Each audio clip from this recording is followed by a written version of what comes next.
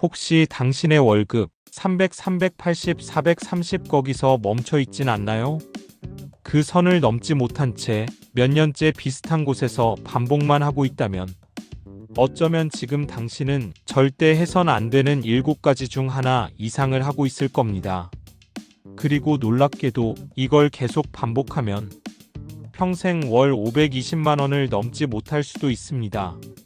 오늘 부자들이 절대 하지 않는 행동 13가지를 통해 그 선을 넘는 방법을 알려드립니다. 1. 나만은 다를 거야 라는 착각. 첫 번째 금기입니다. 나만은 다를 거야. 이 말은 의지가 강한 사람처럼 보이지만 사실은 현실을 무시하는 가장 위험한 자기기만입니다. 예를 들어 매달 카드값이 밀리고 있는데도 나는 다음 달엔 무조건 갚을 수 있어. 월급은 늘 제자리인데도 나는 언젠가 다르게 살 거야. 실행도 없고 계획도 없지만 나는 뭔가 될 것 같아. 이런 말이 반복되면 뇌는 현실을 직시하지 않고 환상을 계속 강화합니다. 심리학에서는 이걸 긍정적 착각 편향 파저티브 일루전 바이어스이라고 부릅니다.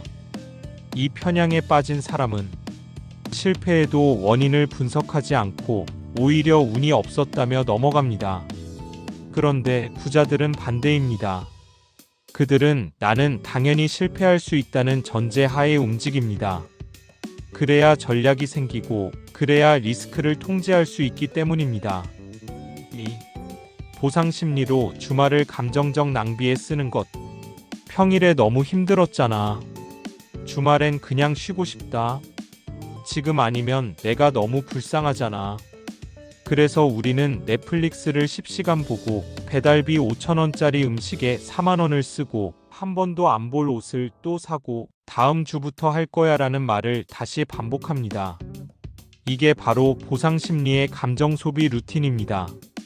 그리고 이게 월급 520을 못 넘는 사람들이 가장 흔한 루틴 패턴입니다. 반면 부자들은 주말을 보상이 아니라 전략 시간으로 씁니다. 재무 정리, 체력 보충, 마인드 리셋, 인맥 정비, 다음 주 아웃풋 전략 구상. 그리고 이렇게 정리합니다. 주말은 단순한 휴식이 아니라 다음 레벨로 가는 기초다. 3. 자신보다 못 버는 사람을 기준으로 위로받기. 이건 정말 무섭습니다. 심리적으로 가장 흔한 자기 위안 루프. 우리는 이렇게 말합니다. 그래도 저 사람보단 잘 벌어. 나 정도면 양호하지 않아? 얘는 아직 백수인데. 하지만 이 말은 기준을 자기 외부로 넘기는 순간에 나옵니다. 그리고 기준을 밖으로 넘기는 순간 자기 성장은 멈춥니다. 심리학자 조던 피터스는 말합니다. 비교는 반드시 하되 타인과가 아니라 어제의 나와 하라. 부자들은 이 비교 구조가 아예 다릅니다. 그들은 수입이 아니라 생산성, 성과가 아니라 성장 루프, 남과의 격차가 아니라 스스로 만든 기준만을 기준으로 씁니다. 그래서 월급 520만 원을 넘는 사람은 누구보다 자기 자신을 잣대로 평가하는 사람이 많습니다. 4. 수입에 비례해 소비를 자동 상승시키는 것. 많은 사람들의 월급 루틴은 이렇습니다. 월급 인상 옷, 카페, 렌탈, 취미 자동 업그레이드, 연봉 협상 성공 자동차 바꾸기, 보너스 수령 나 자신에게 선물. 이게 반복되면 고정 지출이 계속 올라갑니다. 그러면 어떻게 될까요? 월급은 늘어도 잔고는 그대로입니다. 이걸 심리학에서는 라이프스타일 인플레이션이라고 합니다. 돈이 많아질수록 더 많이 써버리는 구조. 월급 520은 절대 수입만으로 도달하는 게 아닙니다. 내가 쓸 수 있는 돈을 통제하는 능력이 그만큼 커졌을 때 비로소 도달하게 되는 금액입니다. 5. 정보만 수집하고 실행은 안 하는 루틴. 이건 지식형 루프에 갇힌 사람의 특징입니다. 영상 100개는 봤다. 책은 200권 읽었다. 자산관리 유튜브 구독 중이다. 하지만 실제로 한 건 아무것도 없다. 정보 수집 안도감 실행 없음 실패 다시 정보 수집. 이 루프에 빠지면 지식은 쌓이는데 행동은 정체됩니다. 그리고 무서운 건 이게 뭔가 하고 있다는 착각을 줍니다. 반면 부자들은 정보보다 우선순위를 정리하고 딱 하나만 작게 실험합니다. 큰 계획은 필요 없다. 하루에 10분이라도 실행한 게 100시간짜리 정보보다 더 큰 자산이다. 6. 가난한 사람의 시간표로 하루를 보내는 것. 아침엔 너무 피곤해서 못 일어나요. 퇴근하면 너무 지쳐서 아무것도 못해요. 주말엔 일 생각 안 하고 쉬어야죠.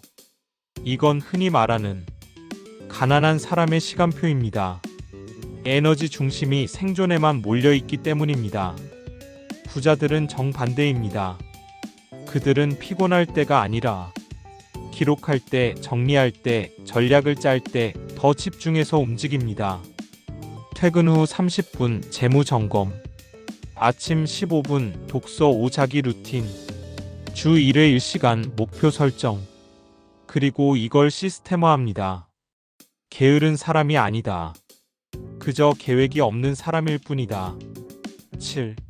감정이 올라올 때 바로 결정을 내려버리는 것. 마지막으로 가장 무서운 건 이것입니다. 기분이 안 좋아서 퇴사했고 기분이 좋아서 소비했다. 이 구조에서 우리는 기분 선택 후의 감정 또 선택 이라는 순환을 만듭니다.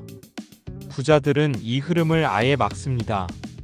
머스크는 모든 결정을 다음날 아침으로 미룹니다. 버핏은 감정이 올라올 땐 적기만 하고 실행은 안 함. 젠슨 황은 감정이 클수록 침묵의 시간을 늘림. 결정의 타이밍을 조절하는 사람만이 지출, 진로, 인간관계, 투자까지 모든 걸 이성적으로 컨트롤할 수 있게 됩니다. 8.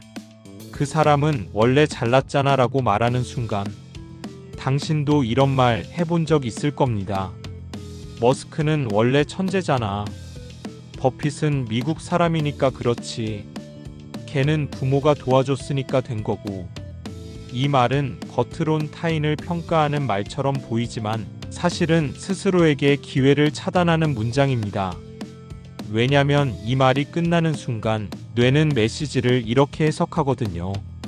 난 걔처럼 될 수 없어. 그러니까 시도해도 소용없어.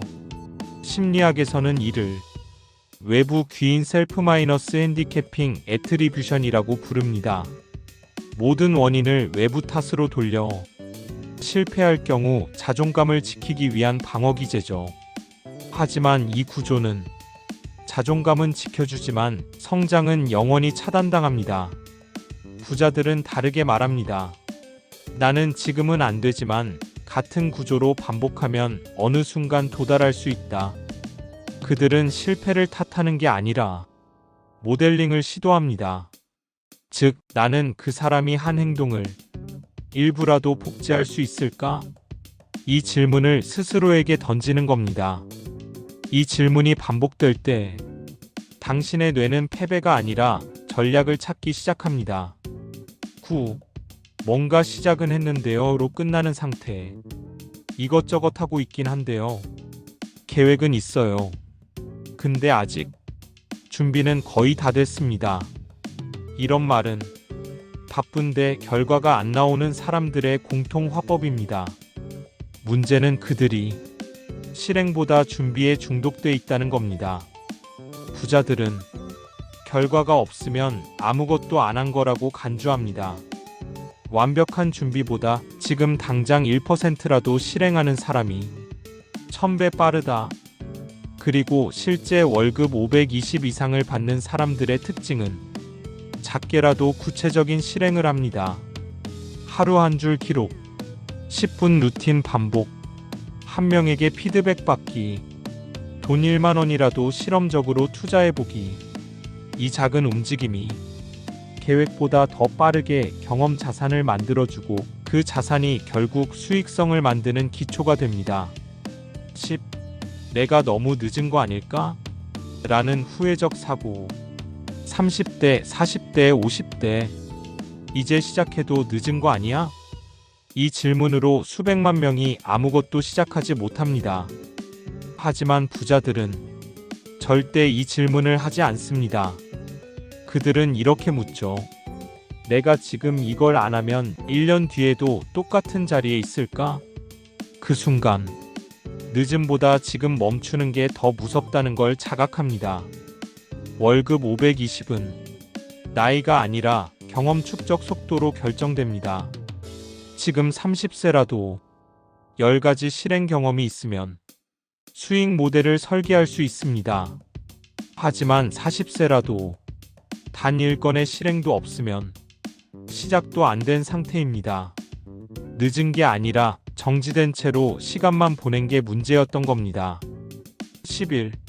돈 좀 생기면 이거 해볼 거예요 라는 말. 돈 좀 모이면 시작할게요. 지금은 여유가 없어서요. 어느 정도 모이면 그때 도전하려고요. 이런 말은 지극히 논리적이지만 현실적으로는 절대 시작하지 않는 사람의 전형적인 말입니다. 부자들은 돈이 모이면 시작하는 게 아니라 시작해서 흐름을 만든 뒤 그 안에서 돈을 벌어갑니다. 즉, 돈 실행이 아니라 실행 작은 수익 강화 자산화. 이 흐름이 생겨야 520을 넘고 그 이상으로 넘어갈 수 있는 기초 구조가 만들어집니다. 중요한 건 규모가 아니라 흐름입니다. 12. 지금은 상황이 안 좋아서를 반복하는 루틴. 회사 상황이 안 좋고 요즘 시장이 안 좋아서 애 키우느라 시간이 없고 요즘 정신이 너무 없어요. 이 말들은 모두 하나의 구조를 가집니다. 나는 내 삶의 결정권자가 아니다. 부자들은 상황보다 우선순위를 먼저 정합니다. 그들은 이렇게 정리합니다. 나는 회사가 아니라 내 역량에 투자 중이다. 나는 시장이 아니라 내 리스크 관리에 집중한다. 나는 외부의 탑보다 내부 시스템을 바꾼다. 결국 상황은 핑계가 아니라 재료입니다. 똑같은 재료로도 누군가는 작품을 만들고 누군가는 그 재료 탓만하며 멈춰섭니다. 13. 부자는 나랑 다른 종족이야 라는 무의식. 걔네는 태생이 달라.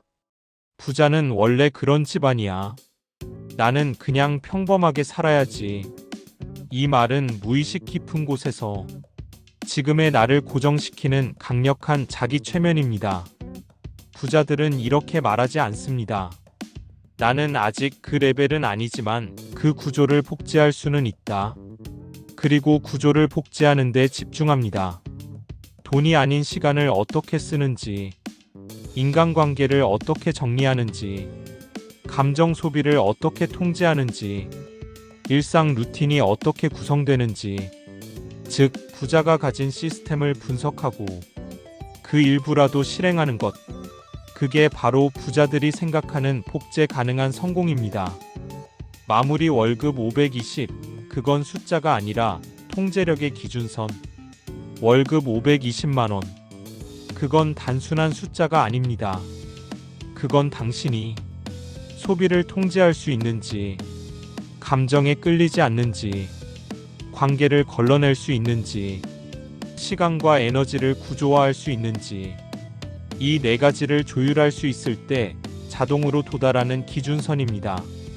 그래서 오늘 이야기한 절대 하면 안 되는 가지는 단순한 습관이 아니라 당신을 통제해서 멀어지게 만드는 방해 요소들입니다. 영상 클로징 멘트. 지금까지 월급 520만 원 될 때까지 절대 하면 안 되는 13가지를 연구한 더리치랩이었습니다. 혹시 당신은 이 중 몇 가지를 매일 반복하고 있진 않으신가요? 오늘부터 하나씩 당신의 루틴을 교정해 보세요. 숫자보다 먼저 당신이 변화할 겁니다. 영상이 도움되셨다면 구독과 좋아요 부탁드립니다. 다음 영상도 놓치지 마세요. 지금 더리치랩이었습니다.